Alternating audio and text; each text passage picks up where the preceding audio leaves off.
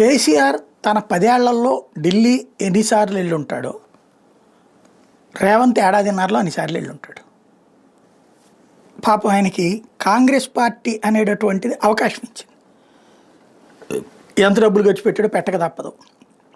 Same time అక్కడ కాంగ్రెస్లో పెత్తందారి తనపు ధోరణి ఉంటుంది. మొన్ననే సిద్ధరామయ్య చెప్పాడు కదా, రాహుల్ గాంధీని కలుసుకోవడానికి వెళ్తే ఆయన వేరే బిజీలో ఉన్నారు, అందుకని అపాయింట్మెంట్ ఇవ్వలేదు, మళ్ళీ కలుస్తానని ఇంకో రోజు ఆగాడు.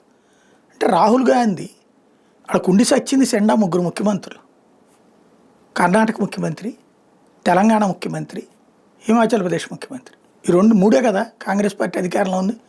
ఇదివరకు మధ్యప్రదేశ్, ఛత్తీస్గఢ్, రాజస్థాన్ ఇవన్నీ పోయినాయి కదా.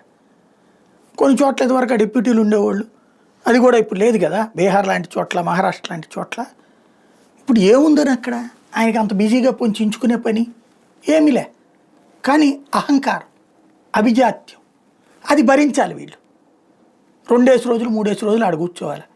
ఎవడెవడో అధిష్టానం, రాహుల్ ఎట్ట చెప్పాడు అట్లా అని కూడా అధిష్టానం చెప్పిందంట, వాళ్ళకి కావాల్సిన తృణమో ఫణమో సమర్పించుకోవాలి. మళ్ళీ అలాగని పూర్తిగా స్వేచ్ఛనిస్తారా? వెనుబోడు పొడిచేవాళ్ళని పిలుస్తుంటారు, వాళ్ళతో మాట్లాడుతుంటారు. వాళ్ళు ఏం మాట్లాడారో తెలుసుకుని ఈయన మళ్ళీ ఇక్కడ దాన్ని సెటరేట్ చేసుకుంటుండాలి. బట్టి విక్రమార్క, ఉత్తమ్ కుమార్ రెడ్డి ఇట్లాంటి వాళ్ళందరితో ఇదివరకు సమస్య ఉండేది, ఇప్పుడు సెటరేట్ చేసుకున్నాడు. వాళ్ళతో జగ్గారెడ్డి లాంటి వాళ్ళని సెటరేట్ చేసుకున్నాడు. ఇప్పుడు కొత్తగా ఎవరు వస్తారు మళ్ళీ ఇవన్నీ తెలుసుకుంటుండాలి. ఎవరో ఒకళ్ళు వాళ్ళు ఎంకరేజ్ చేస్తూనే ఉంటారు. అదే తెలివితేటలు అక్కడ.